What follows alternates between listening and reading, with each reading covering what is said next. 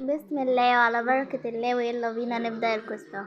أنا اسمي محمد وعندي 17 سنة. أنا يتيم من صغري وعيت على الدنيا دي، ومش ليا في الدنيا دي غير اخواتي اللي طول حياتي، وأقرب واحد ليا هو فارس أخويا مدير الدار. كان بيعاملنا وحش قوي ودايما بيضربنا لدرجة انه بيعذبنا، غير ان الدار فيها اهمال كبير، زي الاكل مش بيكفينا، والمكان اللي بننام فيه مش نضيف، وكنا لما نتكلم مع المدير يضربنا ويعذبنا، وكمان كان بيحبسنا. فكرنا كتير اننا نهرب، بس لو هربنا هنعيش فين؟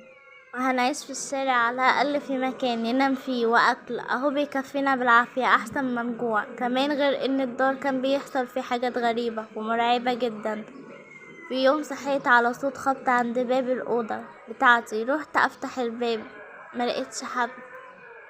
قفلت الباب ورجعت على السرير تاني، صوت الخبط رجع تاني.